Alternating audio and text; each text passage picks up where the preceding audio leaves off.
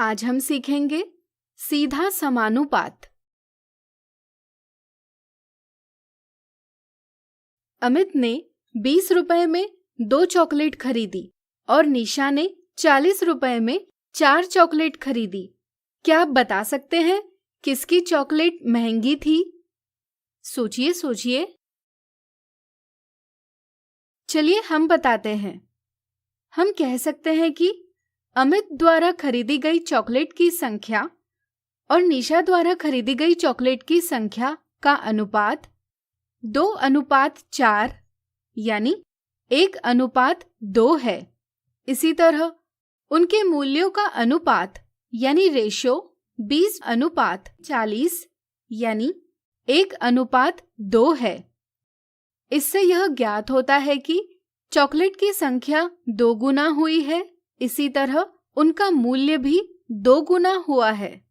इस तरह से यहाँ चॉकलेट का मूल्य उनकी संख्या पर निर्भर है। हम कह सकते हैं कि यहाँ चॉकलेट की संख्या का अनुपात और उनके मूल्यों का अनुपात समान है। इस तरह से यदि 2 अनुपात समान है तो वे समानुपात यानी प्रपोर्शन में होते हैं। अनुपातों में समानता दर्शाने के लिए इस चिन्ह का या इस चिन्ह का प्रयोग करते हैं। चूंकि यहाँ समानुपात की स्थिति है, इसलिए हम कह सकते हैं कि अमित और निशा दोनों के लिए चॉकलेट का मूल्य समान था, यानी किसी की भी चॉकलेट महंगी नहीं थी। कई बार हमारे सामने ऐसी स्थितियां आती है जब एक राशि यानी क्वांटिटी के बढ़ने से दूसरी भी बढ़ती है। जैसे यदि चॉकलेट की संख्या में वृद्धि होती है तो अवश्य उनके मूल्य में भी वृद्धि होगी, लेकिन प्रत्येक स्थिति में चॉकलेट की संख्या का अनुपात और उनके मूल्यों का अनुपात समान होगा। यदि इस प्रकार एक राशि x में वृद्धि होने पर दूसरी राशि y में इस प्रकार वृद्धि हो कि अनुपात x/y में कोई बदलाव नहीं हो, तो हम कह सकते हैं कि x और y में सीधा या प्रत्यक्ष समानुपात यानी डायरेक्ट प्रोपोर्शन है। ऐसी स्थिति में x/y एक अचर यानी कांस्टेंट होता है। चलिए इसे k माने, जहां k एक धनात्मक संख्या यानी पॉजिटिव नंबर है। ऐसी स्थिति में x k गुणा y होता है।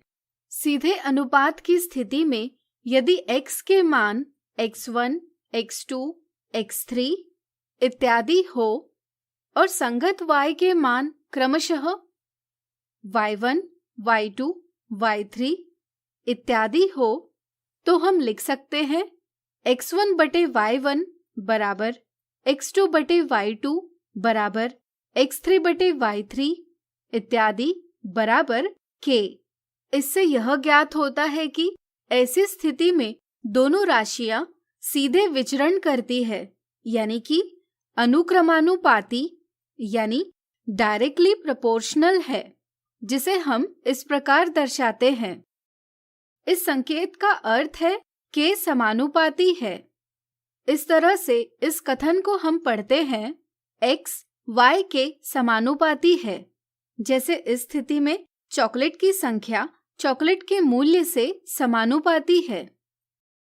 अब चलिए कुछ स्थितियों में सीधा समानुपात और अच्छे से समझें।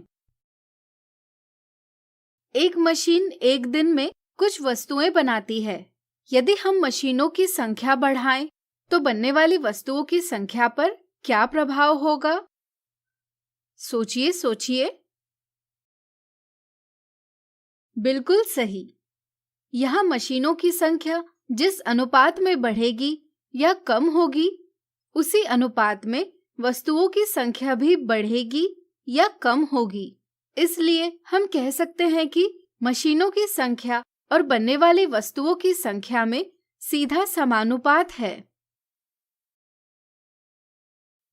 क्या दीवार का क्षेत्रफल और उसे पेंट करने के लिए रंग की आवश्यक मात्रा में भी सीधा समानुपात है? सोचिए सोचिए। बिल्कुल सही। हमें दीवार के क्षेत्रफल के अनुसार रंग की मात्रा आवश्यक होगी, यानी कि जिस अनुपात से क्षेत्रफल बढ़ेगा या घटेगा, उसी अनुपात से रंग की मात्रा भी बढ़ेगी या घटेगी। इसलिए दीवार का क्षेत्रफल और उसे पेंट करने के लिए रंग की आवश्यक मात्रा में भी सीधा समानुपात है। एक निश्चित काम के लिए क्या मजदूरों की संख्या और समय में भी सीधा समानुपात है? सोचिए सोचिए। बिल्कुल सही।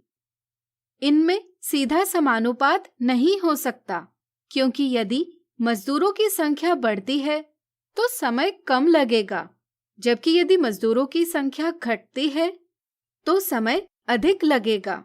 ऐसी स्थिति में सीधा समानुपात नहीं होता, बल्कि प्रतिलोम समानुपात यानी इनवर्स प्रोपोर्शन होता है, जिसे हम अगले वीडियो में अच्छे से समझेंगे। तो आज हमने सीधा समानुपात के बारे में जाना। अगले वीडियो में इनसे जुड़े कुछ मजेदार उदाहरण देखेंगे।